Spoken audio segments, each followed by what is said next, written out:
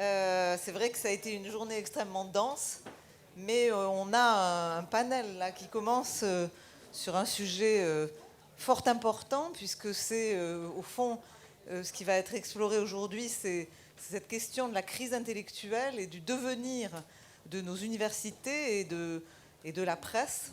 Et donc évidemment en lien avec tout ce qui a été déjà débattu, notamment au cours de notre première journée et puis ce matin.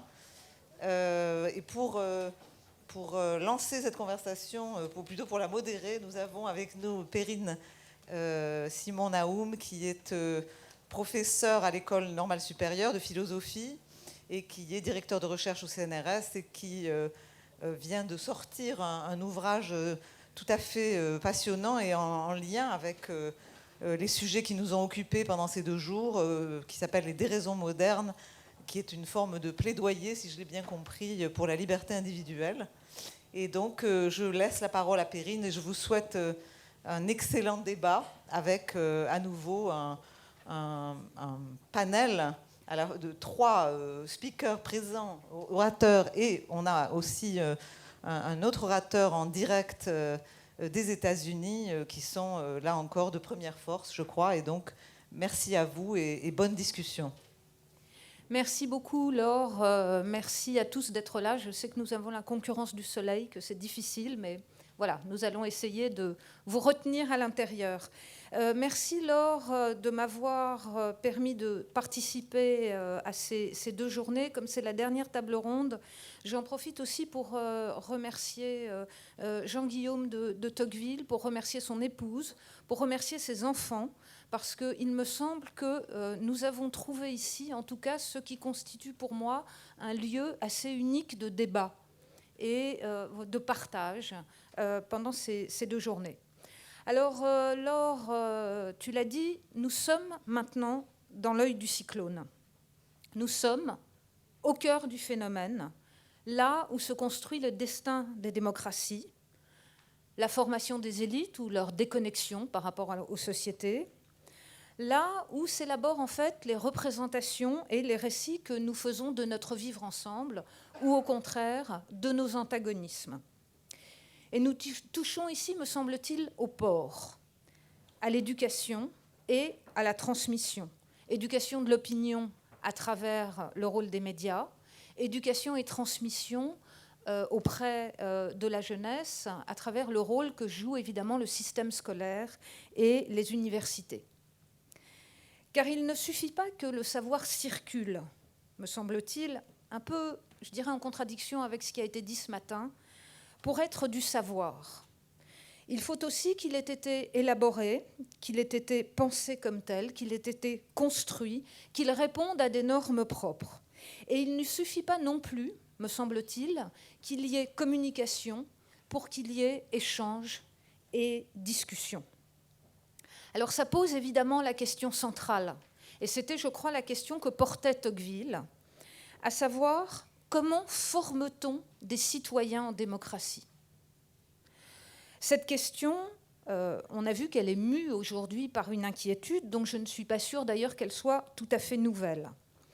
Ne sommes-nous pas en train de détruire les démocraties de l'intérieur en laissant croître et se diffuser des éléments qui sont opposés à l'esprit et à la pratique démocratique, en minant en fait les fondements d'un savoir humaniste? Les universités et les médias sont-ils aujourd'hui des lieux où se fabriquerait un nouveau totalitarisme, un totalitarisme de la pensée, un nouvel ordre moral? On sent ici en fait tout ce qui se noue, je dirais, tout ce qui noue ensemble la délégitimation des élites et la délégitimation des modalités de construction du savoir autant que de ses contenus. Et par exemple, je ne suis pas sûre que la transmission du savoir doive se faire sur un mode égalitaire. Je crois même que ça n'est pas possible ni souhaitable.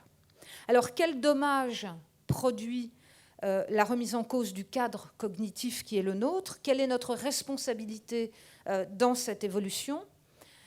Vous vous souvenez qu'au début de la 3e partie de l'Ancien Régime et la Révolution, Tocqueville décrit, je cite, « Comment vers le milieu du XVIIIe siècle, les hommes de lettres devinrent les principaux hommes politiques du pays et quels effets en résultèrent.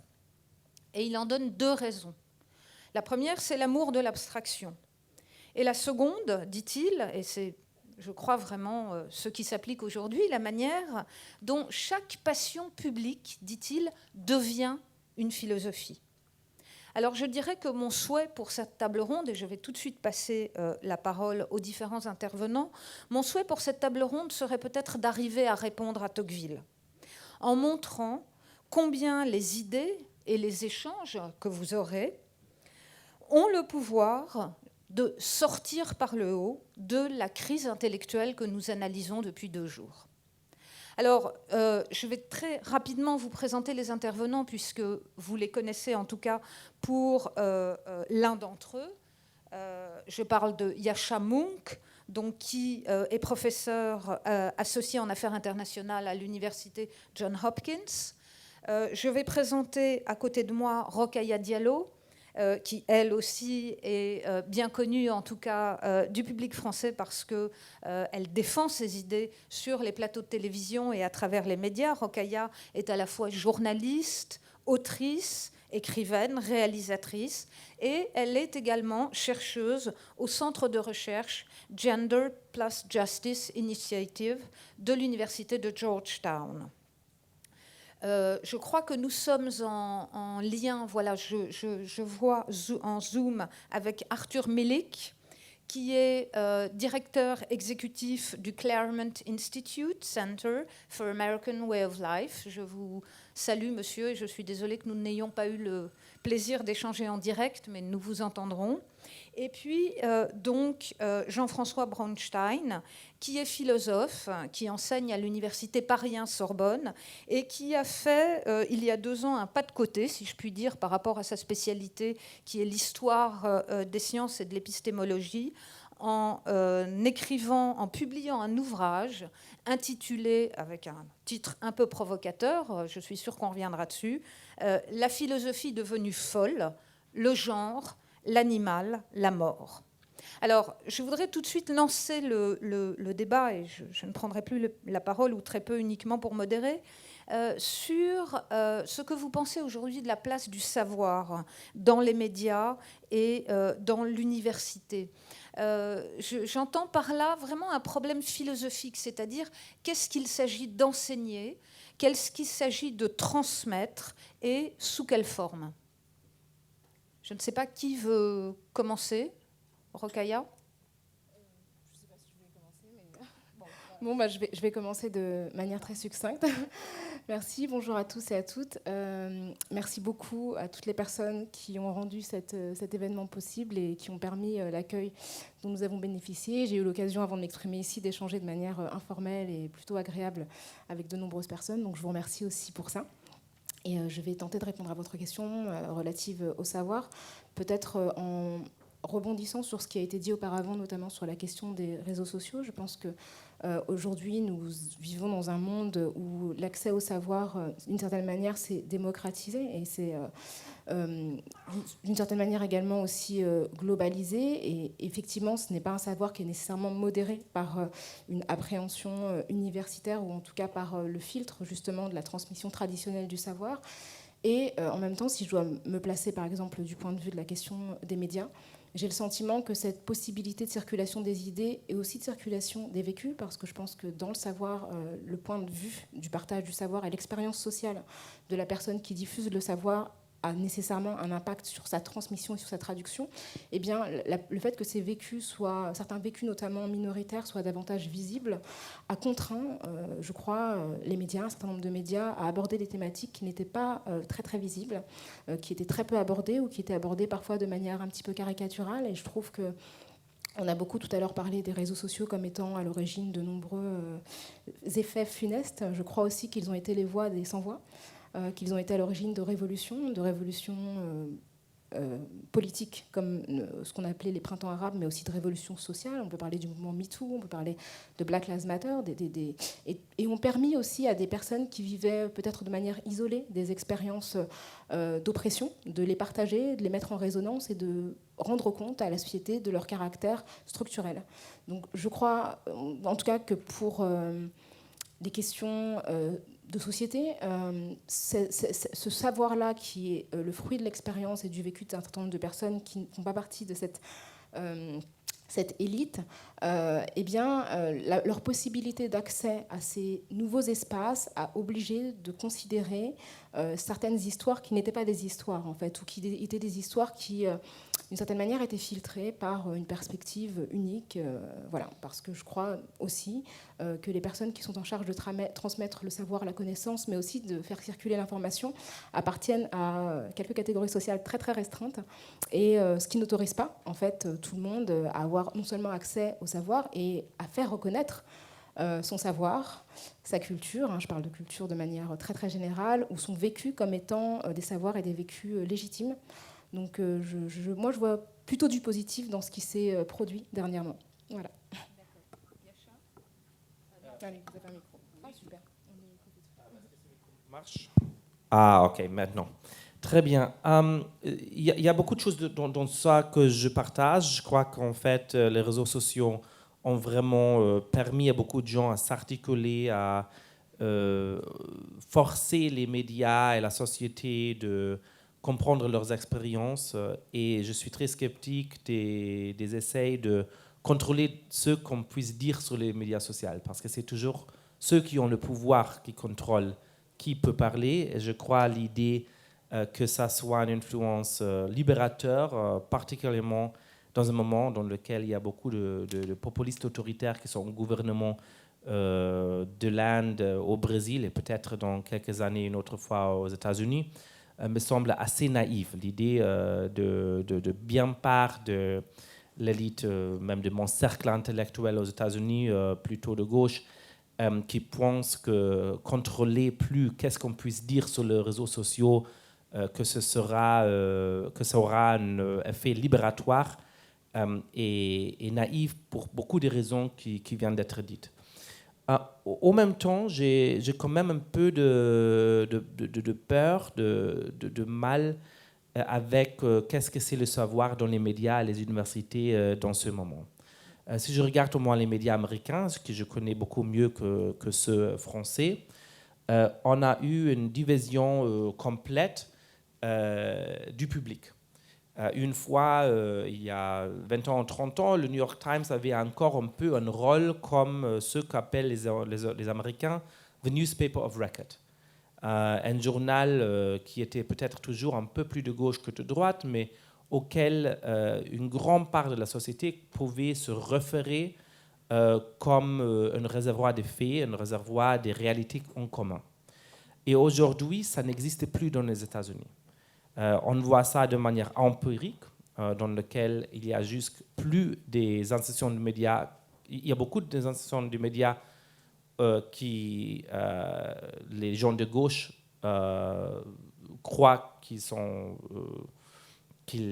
disent la vérité. Il y a beaucoup de médias que les gens de droite croient qu'ils disent la vérité. Il n'y a aucun média où la majorité des gens de gauche et de droite dit « je me fie de ces médias-là ». Alors, on n'a plus de réalité en commun du tout. Ça, c'est juste une question empirique, on peut le voir dans les sondages. Et après ça, il y a une question peut-être plus évaluative, où j'ai quand même l'impression que beaucoup des normes qui étaient très importantes dans les médias mainstream n'existaient plus.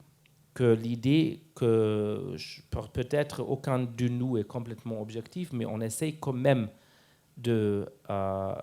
d'écrire la réalité d'une manière objective, est de moins et moins influente, même dans les grands médias américains. Et du coup, on a de la propagande, de la contre-propagande, mais on n'a pas vraiment un lieu qui peut former une base de la discussion publique et du savoir dans quel sens-là. Et ça, c'est un grand problème pour une société, parce que ça amène au fait qu'on se fie plus des vaccins, des élections, des intentions les plus basiques des co-citoyens. Et si l'Amérique est plus divisée aujourd'hui qu'il a été depuis beaucoup de décennies, je crois que ça a beaucoup à faire avec ça. Après ça, si on regarde le monde universitaire, c'est un peu différent. Parce que là, il n'y a pas de division, il y a une culture de plus en plus unique. Il y a certainement une range de points de vue dans les grandes universités. Moi, je ne partage pas toutes les opinions de mes collègues. Mais on voit par exemple que le nombre de professeurs dans les grandes universités qui disent qu'ils soient libéraux dans le sens américain, c'est-à-dire de gauche, est 30 fois, 40 fois plus grande que ceux qui se nomment conservateurs. Alors du coup, c'est une uniculture, sans doute. Et on le voit dans les questions spécifiques du savoir. Alors je vais juste nommer un exemple. On a fait une méta-étude très intéressante sur les études sur la discrimination contre les femmes, qui existent évidemment. Mais dans cette méta-étude, normalement, on devrait voir que toutes les études qui trouvent qu'il y a une forme spécifique de discrimination et ceux qui trouvent qu'il n'y a pas une spécifique forme de discrimination devraient avoir plus ou moins le même nombre d'observations statistiques. Mais en fait, on a vu que ce n'est pas du tout le cas, que c'est une manière de funnel, c'est-à-dire que les études qui avaient très peu d'observations trouvaient toujours qu'il y a de la discrimination, et ceux qui avaient beaucoup des observations avaient plus de probabilité de trouver qu'il n'y avait pas de discrimination. Qu'est-ce que ça veut dire? Ça veut dire que si vous faites une enquête sur un champ spécifique, je suis clair sur le fait qu'évidemment, il y a de la discrimination contre les femmes dans la société, mais sur un champ spécifique, et vous trouvez qu'il y a de la discrimination, cet article va être publié. Si vous trouvez qu'il n'y a pas de discrimination dans ce champ spécifique, cette étude ne va pas être publiée. Pour la faire publier, vous avez besoin de 10 fois, 15 fois le nombre d'observations, ce qui est très très difficile à faire parce que ça coûte plus, etc., etc.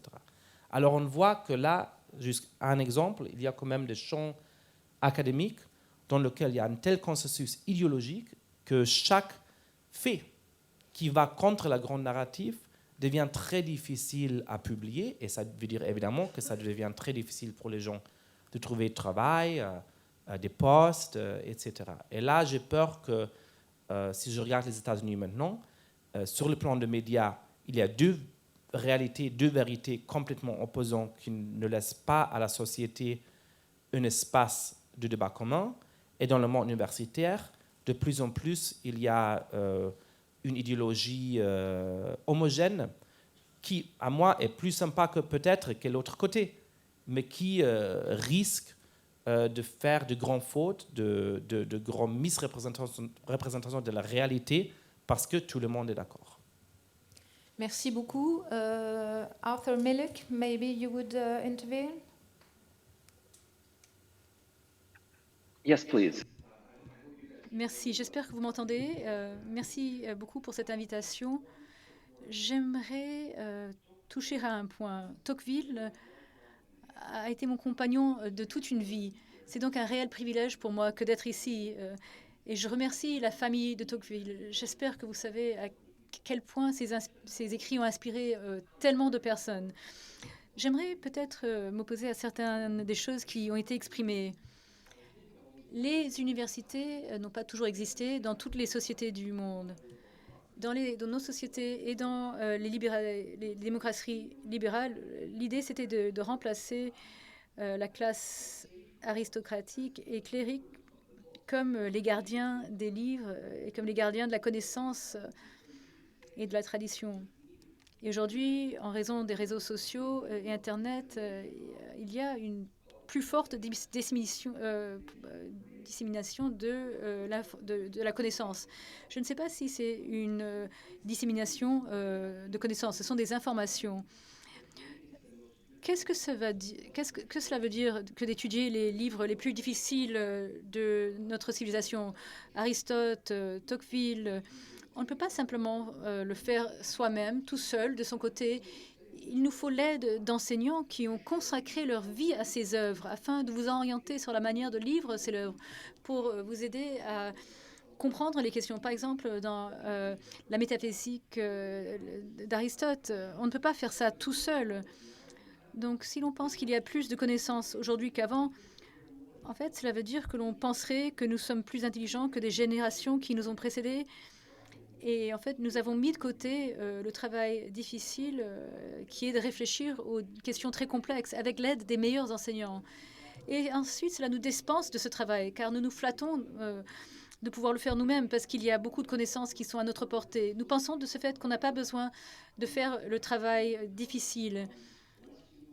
Et donc, nos expressions, nos pensées sont beaucoup moins nuancées et ne prennent plus en compte les passions comme la colère.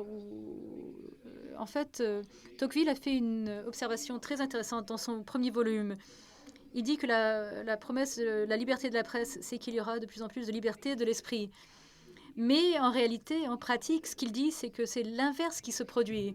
En effet, parce que l'esprit humain est tellement fragile et dépendant de la tradition, eh bien, la liberté de la presse crée un tel chaos d'opinion, une telle cacophonie, que l'esprit ne peut plus retrouver son chemin.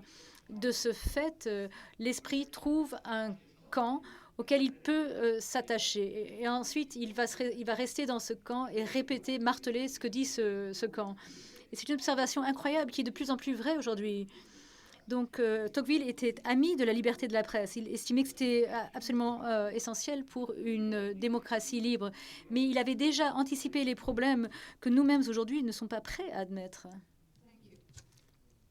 Merci beaucoup. Je vais d'abord remercier la famille Tocqueville et Laure du Figaro parce que ces conversations, c'était extraordinaire et c'est exactement d'une certaine manière ce qu'on ne peut plus faire à l'université. C'est-à-dire que les conversations qu'on a eues dans les jours hier et aujourd'hui, je ne pense pas qu'on pourrait l'avoir dans l'enceinte de mon université. Donc je les remercie pour ça. Qu'est-ce que c'est que l'université? C'est trois choses si on veut résumer. C'est la liberté académique, c'est l'échange libre des idées qui permet d'avancer. Stuart Mill le disait et bien d'autres l'ont dit ensuite. La liberté académique, ça fait partie constitutionnellement de notre travail. Elle n'est plus assurée aujourd'hui, il n'y a plus d'échange. Bon, tu as parlé du bouquin que j'ai fait. Bon, j'ai eu une pétition avec 1000 collègues qui m'ont traité de ceci et de cela. Je passe là-dessus. Et ce n'est pas un cas isolé. Donc la liberté académique, elle est en très mauvaise forme. Deuxième idée, il faut quand même transmettre le savoir de l'humanité. Et de ce point de vue-là, alors la situation n'est pas aussi grave, je pense, en France qu'aux États-Unis, mais quand on voit des départements ou des professeurs extrêmement éminents qui proposent de fermer des départements d'études classiques, latin et grec, parce que c'est viriliste et c'est blanc, effectivement. Bon, pour vous faire rire, il y a une collègue, paraît-il, qui en première année à Paris 1 commence son cours sur Platon en disant « Platon est un philosophe blanc ». Oui, bon, ben, et alors, enfin, quel est le problème? Je ne vois pas la question. Hein. Donc, de ce point de vue-là, la transmission de la culture est très problématique. Il y a toute une série d'œuvres qu'on ne peut plus lire dans la littérature. Les profs de lettres savent qu'effectivement, on ne peut plus enseigner tel poème de Chénier qui serait encouragement au viol, etc. Donc, ce deuxième point est tout à fait discuté. Et troisième point, qu'est-ce que c'est que l'université? C'est un effort vers l'objectivité et la vérité. Ça ne veut pas dire qu'on a l'objectivité et la vérité, mais c'est que notre travail vise à établir des propositions vraies, ou en tout cas démontrables, vraies, vérifiables. Et de ce point de vue-là, il me semble que là, alors là, c'est là qu'il y a un saut qualitatif, si je puis dire. Les woke, pour les nommer par leur nom, j'en parlais tout à l'heure, parce qu'effectivement, c'est évidemment pas une question France. Enfin, c'est pas les méchants américains qui nous envahissent. Ce ne sont pas non plus les Français qui ont inventé ça. Je pense que beaucoup de gens disent oui, mais les woke, c'est vous qui les avez inventés. Ou c'est nous qui les avons inventés. C'est de l'hubris, c'est de l'orgueil. En fait, non, on n'a rien inventé du tout. Et la plupart des théoriciens woke, mis à part peut-être Butler et encore, ne sont pas d'abord des lecteurs de Foucault, de Derrida, de Deleuze. C'est souvent toute autre inspiration. Et donc, je veux dire que ce n'est pas ça le problème. Mais appelons-les woke. Et je pense qu'ils ont inventé effectivement quelque chose dont on ne parle pas beaucoup, mais en même temps, ça commence à émerger, si je puis dire, dans la conversation. C'est de nouvelles épistémologies au pluriel. Alors déjà, des épistémologies au pluriel, c'est-à-dire des philosophies des sciences nouvelles, notamment la fameuse qui me semble être le cœur théorique de ces woke, c'est l'épistémologie du point de vue. On le traduit différemment, standpoint epistemology, c'est-à-dire l'idée qu'on ne peut faire de science que du point de vue du blanc, du noir, du jaune, du vieux, de l'asiatique, etc. Avec cette idée que Alors, c'est assez malin de la part de l'inventeur de cela, Sandra Harding, dit oui, mais c'est une objectivité forte. Alors, tout le monde se dit ah, objectivité forte, ça doit être bien. Alors qu'en fait, l'objectivité forte, c'est juste tout est relatif au point de vue. Il me semble que c'est une attaque en règle contre la vérité, contre la science et contre la vérité. Bon, pour prendre un exemple sur la question du genre, beaucoup de collègues, philosophes surtout, sociologues, vont dire la biologie dit qu'il y a 2 sexes dans l'espèce humaine, la biologie est viriliste, patriarcale, il faut en changer. Ce n'est pas possible. Là, c'est effectivement, disons, une insurrection contre la vérité, contre la science, contre la vérité et contre la réalité. Et je pense que malheureusement, ça semble surréel cette histoire. C'est ce que j'ai tous les jours à la Sorbonne avec des collègues qui enseignent cela et qui vont expliquer que le corps, par exemple pour un auteur que je connais bien, Canguilhem, le corps est socialement construit. Non, le corps, il existe. Et ce qui est encore plus paradoxal, pour prendre un auteur plus connu, Foucault, on lui fait dire que selon Foucault, le corps est construit, etc. Foucault, il a écrit un bouquin qui s'appelle « Naissance de la clinique », qui est consacré à ce qu'il appelle la pierre noire du corps. L'anatomie, le corps, ça existe. C'est compliqué. Foucault n'en est pas content. Il a envie de changer de corps souvent, mais ça existe. Et donc, on en arrive à des choses qui, moi, à mon avis, attaquent. Et c'est pour ça que Alors, là, on parlera peut-être de savoir si la situation est plus ou moins grave qu'aux États-Unis. Ça, je ne sais pas très bien. Yasha a l'air de dire que dans les universités, il n'y a pas beaucoup de diversité aux États-Unis. Mais il me semble que c'est effectivement très grave parce que c'est un assaut, si je puis dire, contre l'idée de vérité, voire même contre l'idée de réalité. Alors, par ailleurs, il faudrait parler pour les explications. Je pense que le fait qu'on soit tous, enfin, et nos étudiants en particulier, toute la journée sur Internet, à manipuler des ordinateurs, comme le disait Christopher Lasch, dont on a déjà parlé ici, c'est ça qui aussi conduit à une espèce de gnose, un oubli du corps. On croit qu'on est effectivement que sur les écrans. Non, il y a des corps. Les corps existent. Et alors, il y a aussi là-dedans une différence, je dirais, de classe. On l'a bien vu, Josh Mitchell l'a dit dans un article au Figaro récemment, il y a ceux qui étaient derrière l'écran, qui pouvaient télétravailler, et puis il y a ceux qui étaient avec la vraie vie, les choses réelles, la mort, la réalité. Matthew Crawford aussi, il y a d'autres philosophes américains que j'apprécie beaucoup, dit la même chose. Il faut se rendre compte que le réel existe. Et aujourd'hui, on est dans ce débat, me semble-t-il, qui est un débat vraiment fondamental, parce que c'est la base même de la connaissance qui est attaquée, je pense. Alors, peut-être avant solution, parce que je pense que sur le constat, je ne voudrais pas qu'on rentre dans des polémiques, elles peuvent se développer ici, on le sait, mais voilà, ce qui m'intéresse, c'est moi d'avancer vers des solutions. Peut-être un mot sur la généalogie du phénomène et la manière dont il me semble quand même qu'il est différent en France de ce qu'il est aux États-Unis. Et c'est là où je reviendrai un petit peu à ce qu'avait dit Josh Mitchell hier, à savoir que son modèle théologique, à mon avis, ne vaut quand même pas tout à fait de la même façon pour la France. Donc peut-être Yasha puis Rokhaya, qu'est-ce que nous craignons des États-Unis? Qu'est-ce qui vient chez nous? Quelles seraient les différences entre ce modèle de la politique des identités, pour le dire, voilà, entre le mode d'enseignement et la conception du savoir en France et de la connaissance, entre la différence entre la France et les États-Unis? Je risque, je crois, de répéter ce que je viens de dire hier. Selon moi, c'est difficile de définir ce mouvement, ces idées, parce qu'ils s'appliquent à beaucoup de différents thèmes et prennent, pour cette raison, de différentes positions dans de différents débats. Mais je crois qu'ils sont quand même liés dans une certaine manière de penser la cœur de la société. Et c'est une genre de lutte entre les différents groupes d'identité, dans laquelle chaque groupe d'identité a un registre d'oppresseurs, un registre d'oppressés ou d'opprimés. Et beaucoup de fois, dans le débat, la solution ne devient pas de ce qui, moi je trouve, c'est que notre société, soit l'Amérique, soit la France, dans de différentes manières, qui ont fait des promesses universelles et beaucoup de fois, ils ont exclu beaucoup de gens à cause de leur identité, de se réjouir de ces libertés universelles. Et du coup, il faut changer notre société pour que tout le monde vraiment puisse participer dans ces libertés universelles. Mais beaucoup de fois, ça c'est rejeté dans ces différents discours en disant qu'en fait, ça c'est irréalistique, que ça c'est juste du formalisme, que c'est un universalisme ou un libéralisme qui est toujours fausse, qui cache juste les vrais rapports de force. Et du coup, il faut juste inverser l'hierarchie qu'on avait avant. Alors, le mieux qu'on peut espérer, c'est que ceux qui étaient hier réprimés remplacent les oppresseurs.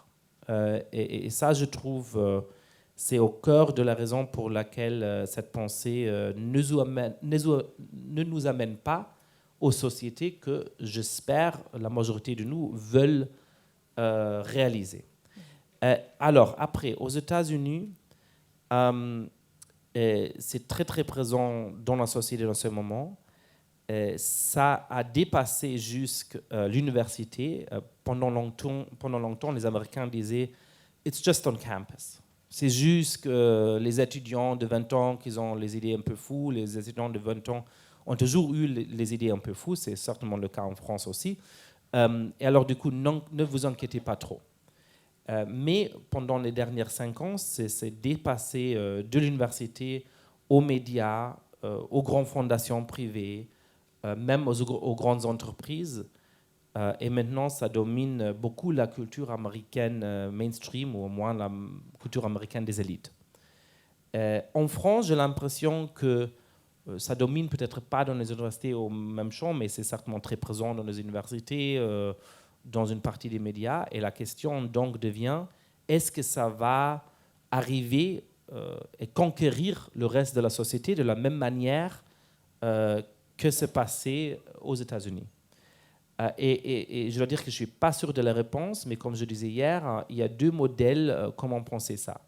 La première, c'est juste que la culture européenne, pendant les dernières 60 ans, a été plus ou moins, j'exagère, mais plus ou moins les États-Unis plus 5 ans. Ce qui s'est passé ici, c'était plus ou moins ce que s'est passé en Amérique 5 ans avant. Et du coup, ça va commencer aujourd'hui, plus ou moins.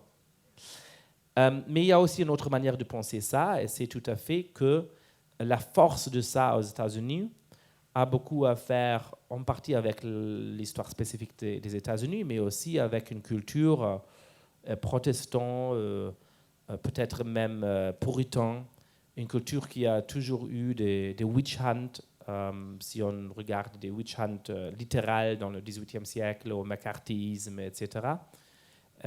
Et que peut-être une culture à la fois républicaine et catholique comme la France a une autre manière de gérer le problème des gens qui ont péché, de comment avoir de la forgiveness, etc. Et que les processus culturels qui permettent cette atmosphère culturelle aux États-Unis maintenant ne sont pas natifs à la France, et du coup que ça va quand même être très différent ici. Je dois dire que je ne me suis pas décidé entre ces 2 narratifs. Peut-être ça va être un mix entre les 2. Je trouve que c'est trop tôt pour le savoir pour certains.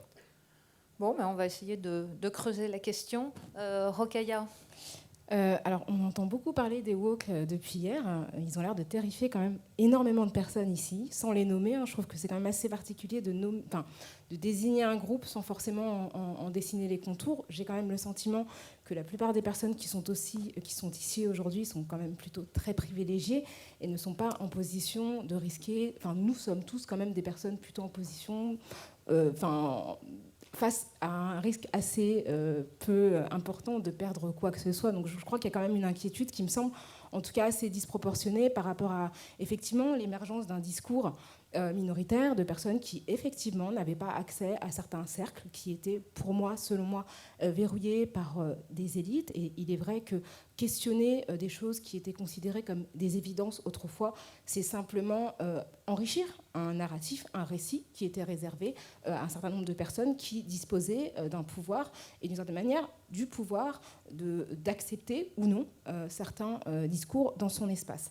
Je crois vraiment que quand on parle de conquête, c'est quand même un vocabulaire de guerre, c'est un vocabulaire vraiment d'offensive, et qui dit conquête dit pouvoir. Je pense que c'est important aussi de s'interroger sur la réalité du pouvoir des personnes qui sont en crainte. Je pense que c'est important aussi de s'exposer à des idées différentes des siennes. Tout à l'heure, je suis contente qu'on ait parlé justement de ces questions de classe sociale. Je pense que c'est quand même une question extrêmement importante. Quand on parle de réalité, les réalités qui traversent la France sont des réalités diverses. On est un pays qui a connu des mouvements sociaux extrêmement importants. Je pense notamment aux questions des Gilets jaunes. Je trouve que les Gilets jaunes, justement, c'est le surgissement dans l'espace public, dans l'espace médiatique, dans l'espace social, d'une France qui n'avait pas voix au chapitre, d'une France qui, justement, ne se reconnaissait pas dans le discours majoritaire et dans le discours médiatique. Et elle a surgi d'une manière imprévisible aux yeux de personnes qui ignoraient cette partie de la France, qui se posaient des questions extrêmement basiques, des questions de fin de mois, des questions de comment nourrir une famille, sont des questions importantes. Et je pense que le savoir collectif, il est aussi riche de la connaissance des expériences différentes des autres. Quand on parle de justement la question du genre qu'on ne désire pas nécessairement strictement associé à la question du sexe au sens génital, c'est parce qu'on parle du genre en tant qu'expérience sociale. Je pense que les expressions de genre sont diverses. Il y a certaines cultures qui considèrent que l'expression des genres doit s'enfermer dans une forme de binarité, mais il y a de nombreuses cultures dans le monde qui ont connu des expressions de genre extrêmement diverses, parfois avec une certaine forme de fluidité. Cela ne remet pas en cause la corporalité, mais simplement explique que dans un espace social donné, on peut effectivement exprimer, se reconnaître dans un genre qui n'est pas forcément strictement lié avec un organe génital. Et je pense que c'est quelque chose qu'on peut discuter sans craindre l'effacement du corps ou le fait d'être déconnecté de son corps. Enfin, évidemment, c'est un but absolument louable et légitime que de vouloir tendre vers l'objectivité. Et je pense que c'est important de le faire, mais on ne peut pas le faire en niant l'être qui produit du savoir et qui produit de la connaissance ou de l'information. Nous sommes des êtres sociaux, nous sommes charpentés par nos expériences sociales qui, d'une certaine manière, nous empêchent d'entrevoir, de voir, en tout cas, de percevoir la société depuis des points de vue qui ne sont pas les nôtres. Il y a des choses que nous ne pouvons pas comprendre parce que nous ne les expérimentons pas dans notre chair. Je pense que voilà, si j'ai mal quelque part, vous pouvez comprendre que j'ai mal, mais vous n'avez pas mal comme moi j'ai mal. Et je pense que quand on est continuellement perçu de telle ou telle manière, on ne peut que, par exemple, je vais prendre un exemple très, très précis. L'exemple de l'endométriose, qui est une maladie qui concerne majoritairement, qui concerne énormément de femmes. Le savoir sur la prise de conscience sociale sur l'endométriose est le fait de femmes.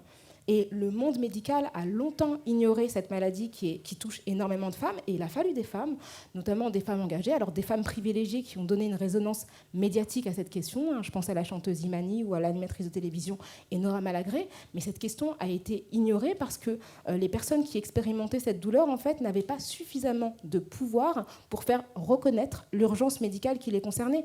Et on peut appliquer ce raisonnement à une maladie, par exemple, comme la drépanocytose, qui affecte une partie de la population qui n'est pas très visible dans le champ de l'élite, notamment médicale. Donc je crois que le savoir est aussi parfois influencé par l'expérience que l'on peut avoir de la vie. Alors moi, j'aurais beaucoup de choses philosophiquement à vous opposer, mais je dois donner la parole à Arthur Mélé, qui veut sans doute vous répondre aussi.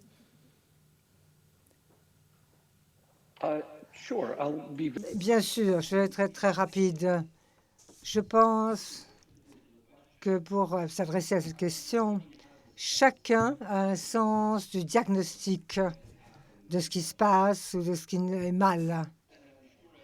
Et je suis sûre que d'autres gens ont déjà parlé de cela. Ce qui est plus intéressant, à mon avis, c'est de se demander ce que cette moralité, cette idéologie signifie. Et c'est vraiment ce qui n'est pas discuté. Et je pense que certains des gens qui ont propagé cela sont un peu troublés là-dessus, ils n'ont pas bien réfléchi. J'estime que la meilleure preuve de cela, le résumé le plus clair serait la bronchade. C'est très clair. Les marginalisés sont intellectuellement supérieurs à leurs oppresseurs d'une manière fondamentale. Ils sont beaucoup plus supérieurs parce que c'est un don d'avoir été marginalisés. Pour comprendre ce que c'est la justice, autrement dit, il a une pureté morale là, et le groupe oppresseur ne peut jamais avoir. Cela signifie qu'il y a une supériorité intellectuelle parce que les oppresseurs ne peuvent jamais comprendre l'expérience des marginalisés. Les marginalisés, d'un autre côté, peuvent examiner cette superstructure des oppresseurs. Ils peuvent comprendre la théorie des genres, la constitution des Américains, alors que les oppresseurs ne peuvent pas comprendre ces choses-là. Donc, cela signifie, c'est que, bien entendu, pour l'université, tous les autres livres, les manuels parlent d'autre chose. Ce qui est le plus intéressant, c'est que si theology signifie que les marginalisés ont un terreau moral et intellectuel qui est plus fort que les oppresseurs, particulièrement à l'université, qui soutient ce type d'université. Ce que ça signifie finalement, c'est que le mot polydiversité a peu d'oppresseurs possibles, quelle que soit la sphère de la vie, et probablement un jour, on l'espère, zéro. C'est un des objectifs. Et en ce qui concerne quel est le but, eh bien, le but, c'est d'établir l'autorespect, la confiance des marginalisés.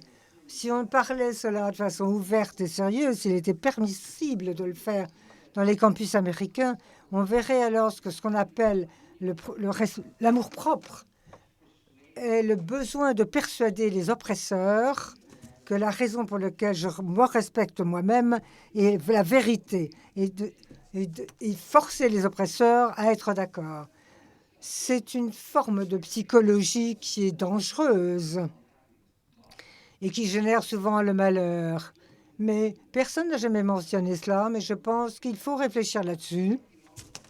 Cette même idéologie est imposée dans certains départements en physique, en sciences, en chimie, en biologie dans les universités, dans l'objectif d'établir des quotas dans la hiérarchie.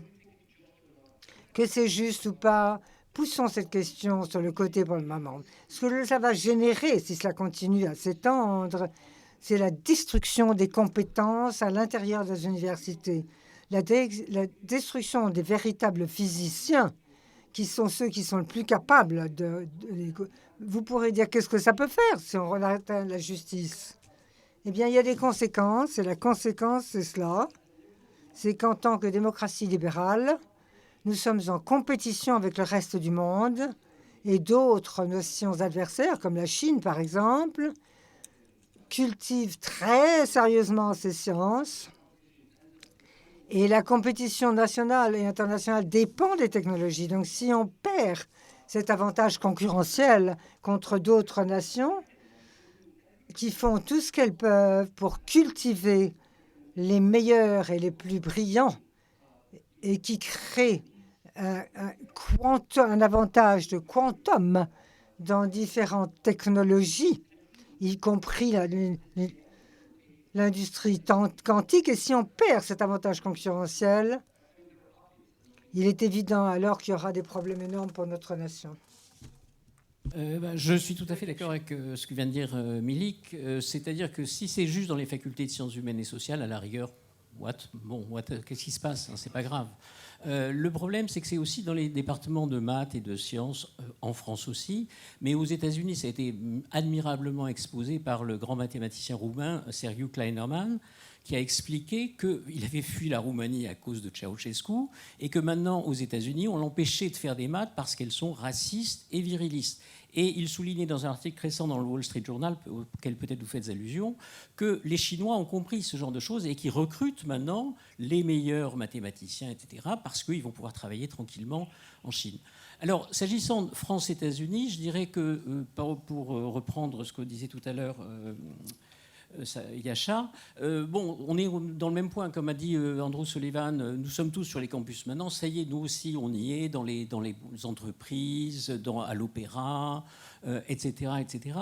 La question, moi, ce que je trouve, c'est maintenant, le constat, il est fait. On pourra discuter des solutions éventuelles, mais ce que je trouve, ce qui me passionne, d'une certaine manière, c'est la cause. Comment un professeur de latin, qui a consacré toute sa vie au latin, décide-t-il de fermer son département ? Comment un biologiste peut-il, ou une biologiste, peut-il dire les hommes ont leurs règles, les femmes ont des pénis, les hommes sont enceints. Ce sont des propositions absurdes à première vue, ce sont des propositions absurdes, et c'est un monde d'une certaine manière d'illusion dans lequel on vit.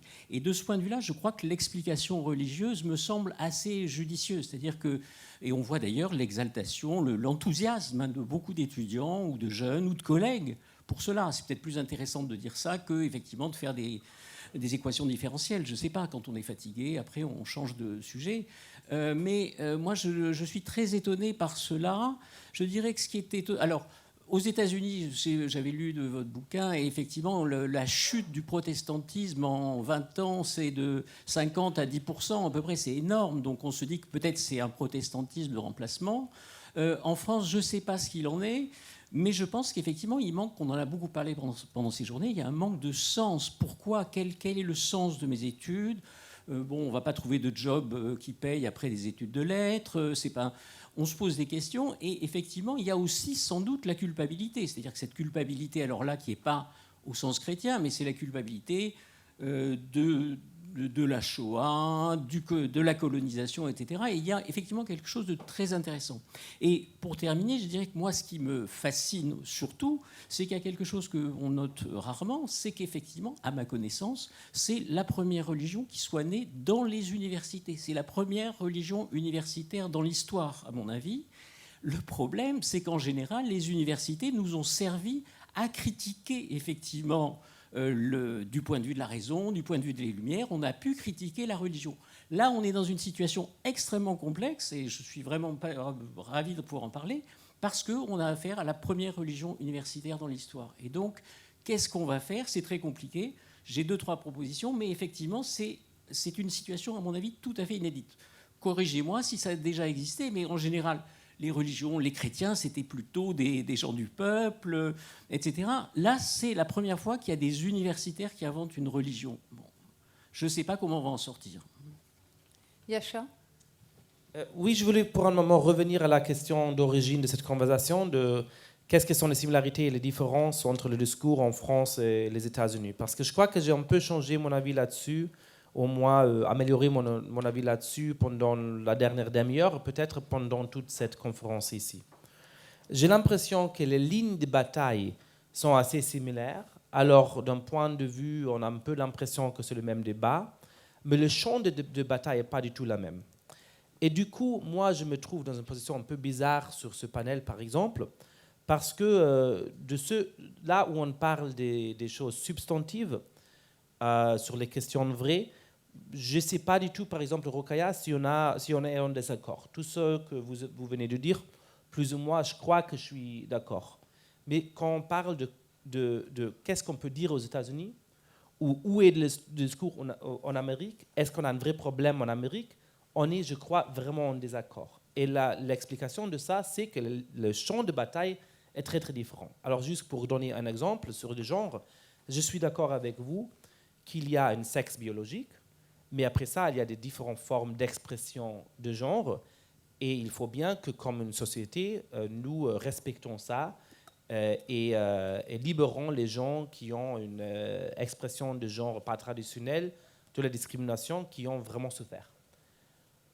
Mais je suis d'accord avec Arthur qu'aux États-Unis aujourd'hui, il y a beaucoup de départements où on ne peut pas parler de l'existence du sexe biologique. qu'il y a des profs de médecins qui parlent de sexe biologique dans des contextes médicaux où c'est important, et ils se font engueuler par le décan, et ils disent « je ne veux plus jamais faire ça parce que je vais peut-être perdre mon travail ». Aussi, on parle par exemple de la question de qu'est-ce que c'est le risque de faire certaines choses, ou est-ce que c'est juste quelque chose qui touche aux privilégiés. Moi, en tant que journaliste, je parlais avec un mec qui est électricien à San Diego, un homme d'ailleurs qui a de la famille latino-américaine. Alors du coup, il est une minorité aux États-Unis dans le classement officiel latino, qui allait au travail. Il est complètement apolitique, il n'a jamais voté, il ne s'intéresse pas à la politique. Et il avait sa main en dehors de sa voiture, et il faisait plus ou moins comme ça jusqu'en étant là. Et là, sur Reddit, il y avait des gens qui, pour rigoler, ont dit que ce symbole-là, qui veut dire OK, en fait, est un symbole de suprématie blanc. Et certains gens ont vraiment commencé à utiliser ça comme un symbole de suprématie blanc. Mais vraiment, l'origine de ça, c'est une blague sur Reddit il y a 5 ans. Et là, le mec a été photographié avec ce geste qu'il faisait par hasard. Il a eu un scandale Twitter. Et entre 5 jours, il a perdu son travail. C'est un électricien apolitique qui lui-même appartient à une minorité ethnique. Et là, je me dis, ce qu'on est en train de vivre aux États-Unis n'est pas juste un problème où les gens sans privilèges veulent contester les privilèges de toutes nous à cette belle conférence. C'est quelque chose qui touche à des vrais gens. Et en fait, cette idéologie n'est pas une idéologie des pauvres, des classes en bas qui se rebellent contre les élites. C'est une idéologie des élites que les élites américaines sont en train d'imposer au reste de la société. Alors, je voudrais peut-être qu'on avance dans notre débat et justement qu'on aille vers les solutions. L'une des propositions que j'aimerais vous faire, c'est de réfléchir à la langue et de réfléchir autour d'un mot, Rokhaya, que vous avez énormément employé, qui est le mot « expérience ». Alors, évidemment, nous ne pouvons jamais expérimenter ce que les autres expérimentent. Ça, en philosophie, ça s'appelle l'empathie. Mais ne pas pouvoir me mettre à la place des autres n'implique pas que, je sois, je dirais, fermée à leur expérience, et deuxièmement, me semble-t-il, ça ne m'interdit pas d'en parler, ça ne m'interdit pas de m'y intéresser, ça ne m'interdit pas d'en parler. Et la philosophie, c'est justement ça, c'est-à-dire entrer en relation avec l'autre, développer un esprit critique qui me permet de sortir de moi-même, pour expérimenter, pour partager ma connaissance du monde avec les autres, et au-delà, je dirais, un projet pour l'humanité. Et donc, je serais un tout petit peu en désaccord avec même assez profondément en désaccord avec ce que vous avez dit sur le risque que nous courons. Peut-être en tant que privilégiés, nous ne courons pas un risque social immédiat. En revanche, quand on voit quand même dans l'université qu'il y a des penseurs qu'on ne peut plus, sur lesquels on ne peut plus travailler. Quand on voit que la langue est utilisée, que ce soit dans les médias, que ce soit à l'université ou que ce soit, je dirais, dans la société en général, comme en mode anathémisant, c'est-à-dire que je vous assigne une identité et donc il faut me dire d'où vous parlez. Et d'ailleurs, en fait, en France, vous avez tout à fait raison, ça ne vient pas seulement des woke, c'était ce que disait déjà Pierre Bourdieu. Dites-moi d'où vous parlez. Mais je peux être plusieurs identités, je peux subvertir mes identités de l'intérieur, et je peux chercher aussi à parler d'un point de vue extérieur. Et donc l'une des propositions que je voulais vous faire à tous les quatre, c'est de savoir si on ne peut pas revenir un petit peu en arrière sur les concepts que nous utilisons. Voilà, on est rentré tout de suite dans le vif du sujet avec l'idée de la domination, avec l'idée de l'expérience vécue, avec l'idée du corps. Est-ce que ce ne sont pas finalement des idées, des concepts, des mots que nous devrions chercher à dépasser pour dire les choses autrement? Et du coup, peut-être, je dirais, installer un nouveau vocabulaire qui répondrait aussi à un nouveau projet démocratique, dans la mesure où, si je pense que ce qui se passe en ce moment, cette guerre intellectuelle, elle menace la démocratie. Et par le fait qu'elle menace la démocratie, je me sens menacée. Je me sens menacée à travers toutes les identités qui sont les miennes, mais d'abord celle de citoyenne et celle de philosophe. Donc voilà la proposition que je voulais vous faire, c'est-à-dire vous départir de cette espèce de corset idéologique et de pensée unique, la domination, le corps, l'expérience, pour essayer de penser la relation autrement. Est-ce que ça vous paraît possible ou pas ?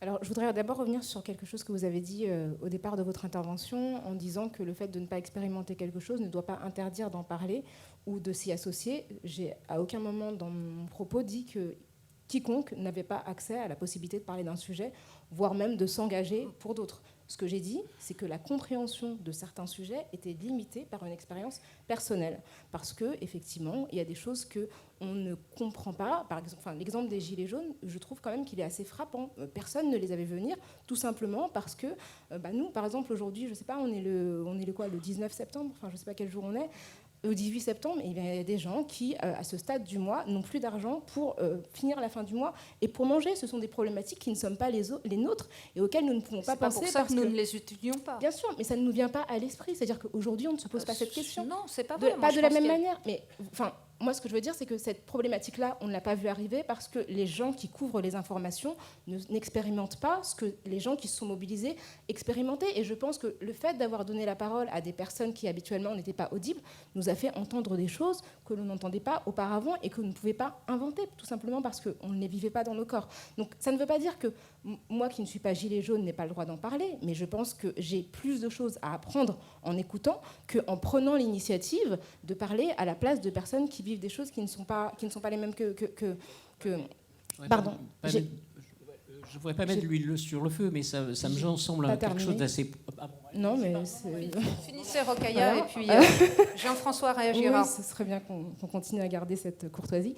Alors, surtout qu'en plus, vraiment, pour le coup, je pense qu'on n'a pas été très, très nombreux à défendre le point de vue que je défends aujourd'hui depuis le début de la conférence, donc je pense que c'est quand même important d'être à l'écoute, y compris des paroles qui vous piquent un petit peu, parce que je pense qu'on est aussi là pour se remettre en question et pour parfois un petit peu bousculer nos certitudes. Je l'ai fait beaucoup depuis hier, donc j'espère que l'exercice inverse ne vous fait pas trop de mal. Pour en revenir à l'université, très honnêtement, je pense que honnêtement, tout autant qu'on est ici, les risques d'être... comment dire, effectivement, vous avez dit que le risque social par rapport à l'université, pour les gens qui sont universitaires ici, est quand même très très peu important. Moi, quand on parle de social et d'université, la question que je me pose, c'est quelle est la possibilité aujourd'hui en termes de probabilité pour des enfants d'ouvriers d'accéder à des positions universitaires. Pour moi, c'est ça le vrai problème de l'université. De l'université, pas dans ses premières années d'études, puisque effectivement, en France, la manière dont les études sont organisées fait que les classes les plus... qui disposent d'un capital culturel le plus important, connaissent les stratégies scolaires qui permettent de contourner aujourd'hui l'université qui s'est beaucoup ouverte. Mais effectivement, quand on regarde le profil socio-culturel, socio-économique des personnes qui sont en position de produire de la recherche, on peut quand même noter que les personnes qui sont issues de classes sociales défavorisées sont très très peu représentées. Et ça, pour moi, c'est une problématique autrement plus importante. Comment aujourd'hui, en France, on fait pour qu'il y ait de l'égalité, pour que les personnes qui sont comme nous aujourd'hui en capacité d'échanger, de produire du savoir, soient issus de tous les milieux. Je crois qu'on n'y est pas encore, et je veux dire, on est quand même un pays qui a pour devise liberté, égalité, fraternité. L'égalité, c'est aussi de s'interroger sur la capacité des instances d'élite à tout simplement s'ouvrir à d'autres vécus. Et effectivement, s'ouvrir à d'autres vécus, ça veut dire être heurté parfois par des personnes qui vont formuler des questions d'une manière qui est inhabituelle. Et ça veut dire parfois aussi sortir d'une ambiance feutrée, qui est confortable. Mais je pense que l'inconfort est aussi productif intellectuellement et je pense que c'est important de s'y confronter. Merci. Je crois que je connais peu de chercheurs qui soient vraiment dans le confort. Je pense qu'ils sont plutôt dans le questionnement. Mais Jean-François... Mais en termes d'origine sociale, les statistiques montrent quand même que les gens, les universitaires... Oui, mais l'origine sociale, je pense que c'est un autre débat, mais je ne dois pas monopoliser la parole. Jean-François.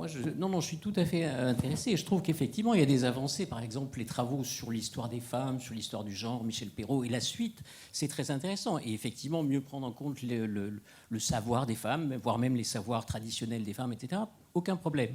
En revanche, quand vous dites pour connaître quelque chose, il faut l'avoir vécu dans sa peau, dans sa chair, d'une certaine manière, moi, c'est pour ça que je me suis laissé aller, je voulais répondre, c'est que ça me fait beaucoup trop penser à une phrase que les Français connaissent tous, sans doute, phrase de Maurras qui disait « Un juif ne pourra jamais comprendre Racine, parce que ce n'est pas un Français ». Je trouve ça un petit peu infamant comme comparaison. Non, je suis désolée. mais je vous dis ce que je ressens. Honnêtement, je ne suis pas là pour être comparé à Maurras. Alors là, honnêtement, je trouve que c'est très infamant. Oui, mais moi je vous dis qu'en tant que juif, je sens ça très mal. Mais vous vous rendez compte de ce que vous dites? C'est extrêmement grave. Qu'est-ce qui est grave? C'est extrêmement grave de comparer. Il n'y a absolument aucun rapport. Je ne vous compare pas vous. Je dis non, il ne s'agissait pas de vous mettre en cause. Il s'agit de dire moi, je trouve ça infamant. Non, pas du tout. Je crois que l'idée que Jean-François avance, qui est aussi la mienne, c'est-à-dire c'est l'idée qu'on peut connaître de quelque chose sans l'avoir expérimenté ou en ayant des expériences différentes. C'est d'où la question de la littérature. C'est-à-dire, est-ce qu'on peut lire un roman... C'est de la fiction. Et de la fiction, bien sûr. C'est-à-dire, est-ce qu'on peut écrire un roman sur les îles sur Tahiti sans jamais y être allé? Oui, à mon avis, sans doute, peut-être. Pardon, moi je parle de la là vous parlez de la production d'un imaginaire de fiction. Ce dont je parle, c'est de la réalité, c'est-à-dire que les mouvements sociaux sont initiés par des personnes qui vivent une situation sociale. Oui, mais Marx c'était le plus bourgeois et Marx et Engels c'était. Je parle des mouvements vraiment concrets. Je veux dire l'émancipation de ça. Enfin, par exemple, les études de féminisme viennent dans la plupart des cas de femmes. Je veux dire, ça ne veut pas dire que les hommes sont. Oui, Yachar. Oui, juste pour empêcher que ça devienne une grande bataille ici. Pour moi, il y a deux différentes manières de penser de cette question de standpoint epistemology. Alors, la première, grosso modo, c'est de dire que, évidemment, il y a des expériences qu'on n'a pas personnellement et qu'il y a tout à fait des choses importantes qu'on ne voit pas si on ne les a pas expérimentées, parce que c'est facile, par exemple, de ne pas comprendre autant comme... Qu'est-ce que c'est de vivre le harcèlement sexuel, comme en blanc? Qu'est-ce que c'est aux États-Unis avoir peur qu'un policier puisse faire un stop and frisk, qu'on soit arrêté beaucoup de fois par la police dans la rue parce que peut-être on n'a pas cette expérience. Alors là, je suis d'accord qu'il y a une influence importante où il faut parler avec ses propres co-citoyens pour sentir qu'est-ce que sont leurs expériences, parce qu'il y a des expériences que moi, probablement, je n'ai pas fait. Peut-être, dans certains cas, mais probablement, je n'ai pas fait une telle expérience. Et ça, je reconnais, je trouve ça très important. Mais au moins aux États-Unis maintenant, et là encore, je crois qu'ici, les lignes de bataille sont peut-être un peu différentes. Mais aux États-Unis, ou le champ de bataille, aux États-Unis maintenant, il y a une manière de parler de standpoint epistemology qui va bien au-delà de ça. Qui ne dit pas juste que un membre d'un certain groupe a probablement des différentes expériences, mais il va ajouter 2 ou 3 d'autres propos à ça. C'est-à-dire, premièrement, que cette expérience ne se laisse pas... que cette expérience donne une sagesse et un savoir politique supérieur à celle des membres d'autres groupes. Et ça, ce n'est pas clair parce qu'en fait, ça peut aller dans les deux champs. Des membres des groupes privilégiés ont aussi un savoir, par exemple, de qu'est-ce que c'est l'oppression, parce qu'ils ont accès à des certains endroits que les autres n'ont pas. Alors, ce n'est pas du tout clair comment c'est. En fait, dans la pensée classique marxiste, c'est plutôt l'opposé. C'était plutôt qu'en fait, parce qu'on est exclu du pouvoir, qu'on n'a pas ce savoir. Non ? Alors, du coup, déjà, ça, c'est un peu compliqué sur le plan philosophique. Après ça, il y a un autre propos, c'est que du coup, il y a quelque chose de plus vertueux dans les groupes qui sont opprimés et il faut juste reléguer le jugement politique à eux. Et alors, ça devient beaucoup de fois, écoutez, si on veut de la justice et si vous êtes un membre d'un groupe considéré privilégié, vous devez juste dire, moi, je vais faire ce qu'un membre d'un groupe moins privilégié va décider. Je ne vais pas avoir ma propre réflexion sur la politique. On n'a pas une volonté en commun. C'est juste une manière d'abrogation de réflexion philosophique parce qu'en fait, je suis membre d'un groupe opprimeur et tout ce que je peux faire pour rétablir la justice, c'est juste de donner la parole aux opprimés et faire ce qu'ils vont me dire. Il y a certains problèmes avec ça. Un des problèmes pratiques, c'est que la grande majorité des gens n'est juste pas intéressés ou capables de faire ça. Et même les gens qui tellement veulent avoir la justice sociale qu'ils disent de faire ça, ils vont dire par exemple, je dois me décider qui est un représentant vrai de ce groupe. Et comme il y a beaucoup de membres des groupes qui ne sont pas d'accord l'un avec l'autre, ça va être très difficile. Alors tout le monde va dire, si je suis d'accord avec vous, c'est vous qui parlez pour le groupe X. Si je suis d'accord avec lui, c'est lui qui parle pour cette groupe. Et du coup, en fait, l'effet réel est d'un grand conflit social, mais sans vraiment avoir d'efficacité. Alors pour moi, qu'est-ce que ça veut dire une forme beaucoup plus légère de la standpoint épistémologie? C'est un modèle complètement différent de la politique qui aujourd'hui, en Amérique, anti-woke. Mais c'est de dire, je dois écouter les expériences de mes concitoyens. Et je dois comprendre que s'ils sont membres d'autres groupes, peut-être de groupes moins privilégiés que les miens, ils vont avoir des expériences que moi, je n'ai pas. Et alors, je dois vraiment écouter qu'est-ce qu'ils ont vécu. Mais je crois quand même que je peux comprendre ce qu'ils me disent et que je peux faire mon propre jugement politique là-dessus et que je peux dire, si quelqu'un, par exemple, souffre d'harcèlement sexuel ou d'harcèlement par la police, c'est à cause de mes propres valeurs, de mes propres idées de quelle société on veut construire, que je vais me battre pour abolir ces injustices. Mais ça, aux États-Unis, n'est pas le point de vue des activistes plus dominants aujourd'hui. Arthur Milik, maybe? Yes, of course. Thank you. Merci. Je rajoute 2 ou 3 points. D'abord, est-ce qu'il faut être vraiment courageux pour dire ce genre de choses? Car après tout, les institutions principales d'Amérique soutiennent ces positions et en font la promotion.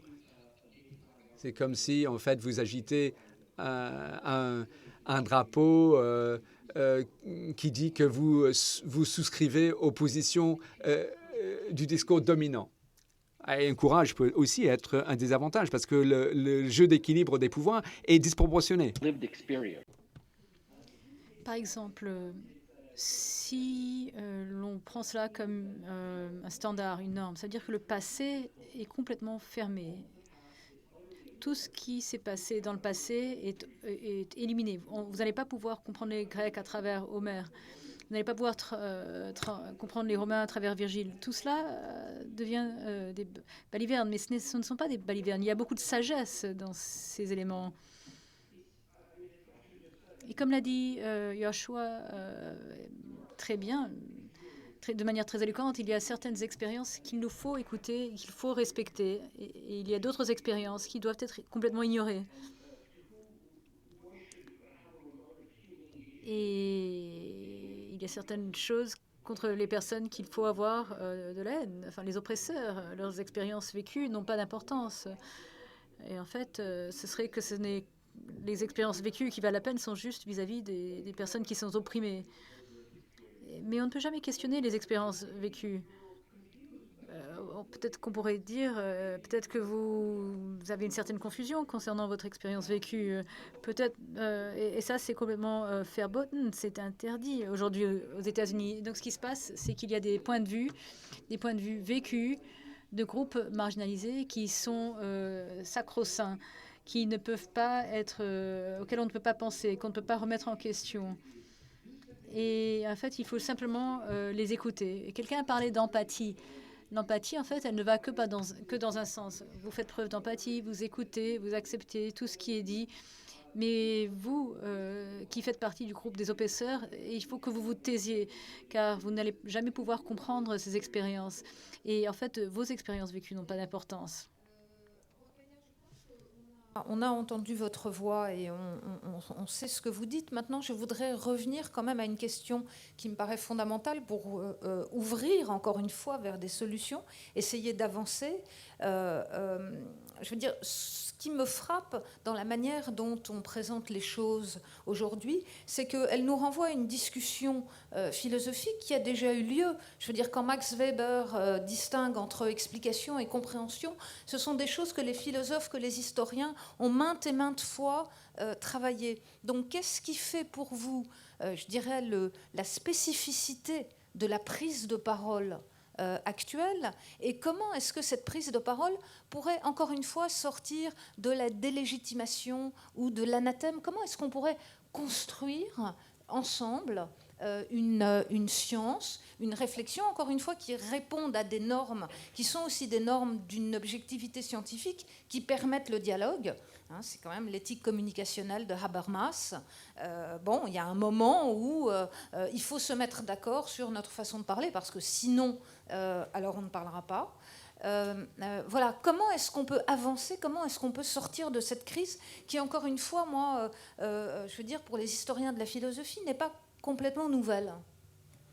Je pense que le fait de s'écouter, comme vous le dites, de ne pas se jeter des anathèmes à la figure ou simplement caricaturer certains types de prises de parole en les enfermant dans un carcan qui correspond en fait à quelque chose qui a été créé, c'est déjà une première chose. Moi, ce que je crois qui se passe aujourd'hui, c'est simplement... je ne sais pas, la volonté exprimée de personnes qui n'avaient pas nécessairement d'accès, de pouvoir faire part faire part de savoir développé à partir d'autres perspectives. Et je crois qu'il n'y a pas forcément de volonté de délégitimation, mais simplement de questions, des questions qui se posent, qui ne remettent pas intégralement en question la légitimité des personnes qui s'expriment. Encore une fois, vous avez... Pardon ? Oui, non. Vous avez évoqué la question de l'empathie. Je veux dire, il n'est pas question d'interdire à quiconque de prendre la parole ou de soutenir un certain nombre de perspectives. Il s'agit simplement... Enfin, je ne crois pas que... Encore une fois, quand je l'ai dit au départ, je ne pense pas que des personnes ici soient en position ou dans la crainte de perdre quoi que ce soit.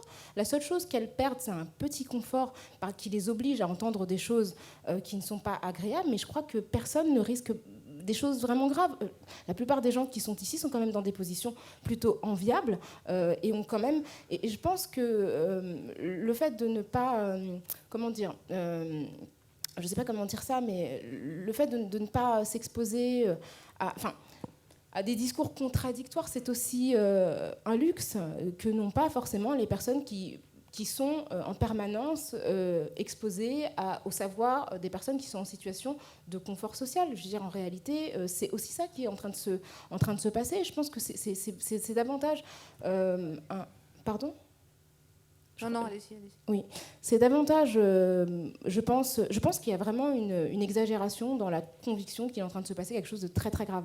Et c'est vrai que le vocabulaire guerrier que j'ai pu entendre ne me semble pas adapté à ce qui est en train de se produire. La preuve, c'est que, je veux dire, quand j'ai pris la parole, j'ai senti quand même qu'il y avait une grande tension, alors que je suis toute seule à dire quelque chose que personne n'a dit avant moi depuis 2 jours. Donc à un moment donné, je pense que aussi faut se rendre compte de ce qui se produit et de la réalité du rapport de force. Elle n'est pas du tout en la faveur des idées que je défends. Enfin, soyons réalistes un petit peu. Non, mais je crois que ce qui est en jeu, encore une fois, je pense que vous mettez les choses sur le plan du social. Moi, je voudrais les mettre... je vais tout de suite passer la parole aux autres intervenants. Je parle vraiment sur le plan hein. intellectuel. Non, mais c'est vraiment... C'est-à-dire que vous expliquez que nous sommes nous sommes heurtés par des voix qui sont des voix discordantes. Non, je veux dire, la philosophie, c'est de discuter avec des voix discordantes, mais moi, je veux pouvoir continuer à enseigner Aristote à mes étudiants. Je veux continuer à enseigner Platon, et je pense que Platon est peut-être et je pense que Platon développe une pensée qui est sans doute pour moi plus intéressante que des penseurs actuels dont on me dit que je dois les enseigner parce que ce sont des voix discordantes. Si vous voulez, ce qui me gêne, c'est qu'on est dans un relativisme absolu. Qui répond finalement à une forme de présentisme ou d'actualisation sociale.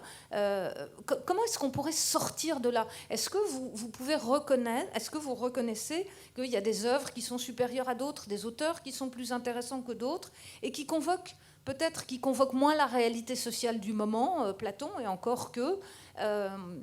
Voilà, mais qu'on doit étudier pour avoir accès à ce qui se passe. Et que justement, les mettre à disposition de ces sans-voix dont vous parlez, qui sont dans une situation sociale effectivement moins bonne que la nôtre, est encore plus important pour moi.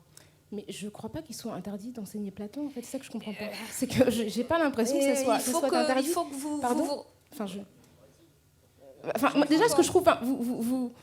C'est quand même incroyable que quelqu'un dans le public me crie « bah si ». Enfin, je vais dire... je vais donner la parole. Je vais dire, j'entends des voix comme ça qui se manifestent dans le public. Enfin, non, mais je vais donner la parole à Jean-François, peut-être. C'est quand même incroyable ce qui est en train de se passer. Voilà. Non, je comprends qu'il faut être très, très calme. Il y a des choses très intéressantes. Pour reprendre ce que disait Yachar, c'est vrai que la standpoint épistémologique, je vais même vous donner un exemple où ça marche bien. C'est-à-dire, par exemple, sur la primatologie. Donna Haraway explique, et elle a raison, que le fait que des femmes se soient intéressées à la vie des chimpanzés, ça a fait avancer la science. Donc, je suis tout à fait d'accord là-dessus.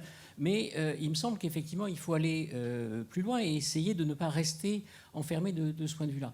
Alors, sur ce qui est de la question sociale, moi, je suis... Alors, il faudrait faire des études plus précises, mais j'ai vraiment l'impression, d'après mes étudiants, que ce sont les plus privilégiés des privilégiés qui sont les woke, ce sont les élus, c'est l'élite blanche. Et je suis l'élite, enfin, je suis assez... Et de ce point de vue-là, je pense que je ne sais pas qui est en difficulté aujourd'hui. Par exemple, un étudiant qui veut faire une thèse, je ne sais pas, sur De Bonald, sur un auteur réactionnaire, il ne va pas trouver de job, il ne va pas trouver de job, et il ne va pas trouver de directeur de thèse non plus. Alors que sur les sujets à la mode, alors c'est une question de mode peut-être aussi, mais en même temps, je pense que ça a des conséquences. C'est-à-dire qu'effectivement, qu'est-ce qu'on va faire de l'héritage effectivement de l'humanité dans la mesure où il est effectivement largement biaisé, c'est surtout des hommes blancs, bon, pas seulement, alors c'est bien, on retrouve des femmes, etc. Mais il y avait une pétition de philosophes qui voulait qu'il y ait exactement le même nombre de philosophes enseignés à chaque époque, hommes et femmes.